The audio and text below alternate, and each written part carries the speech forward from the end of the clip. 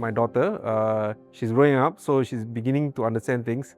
So she always asks me, why am I everywhere in the lifts, on the boards? So I always tell her that it's to remind you that even though I'm not always present, I'm there in spirit with you.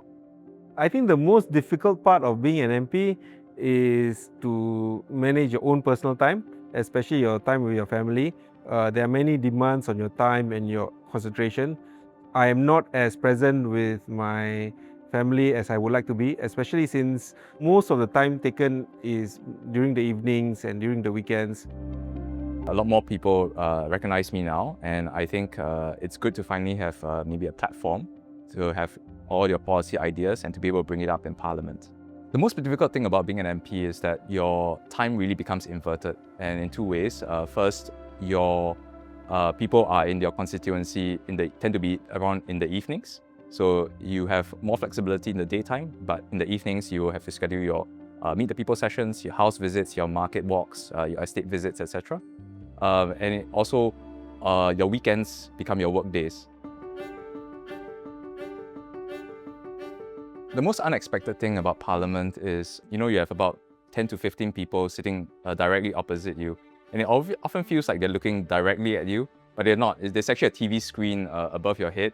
So they're actually looking at the TV screen. 99% of the time, even though they're not looking at you, it makes you feel like you're making eye contact. Parliament can be quite daunting, but I was very grateful for the support and advice of my fellow MPs. Especially, for example, Sylvia, she said to me, remember who you're fighting for. And that gave me a lot of courage and strength. I think the most memorable moment in Parliament for me so far is when I suggested the idea of a goat hub in February this year.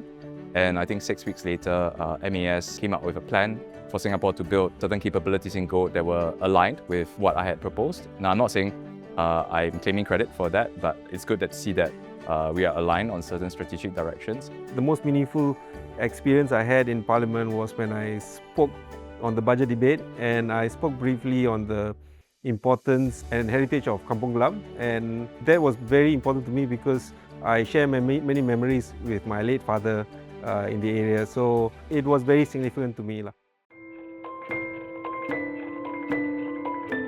Some issues might seem trivial at first hand. For example, one of the residents asked, could I send someone to change the light in the house? And this might seem quite trivial, but upon further investigation, I realized that it's because her husband had passed away and he was the one who usually changed the light for her. So I got the town council to help her with that and help her, show her how to do it.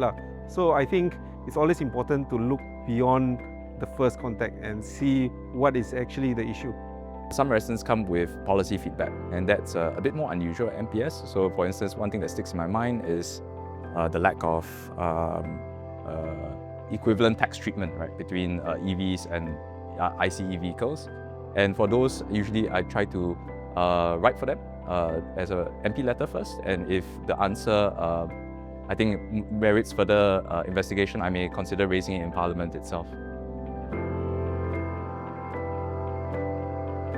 I marked my first year in Parliament by embarking on a constituency trip with my Serangoon residents to Chongqing and Chengdu, and I just actually came back from China, and we got to see the beautiful mountains of Chongqing and the pandas in Chengdu. The most memorable moment I had during this 1 year was actually playing football with the parliamentarian football team, made of both PAP and WP MPs. It's a good reminder that even though we are on different sides of the house, eventually we play for the same team.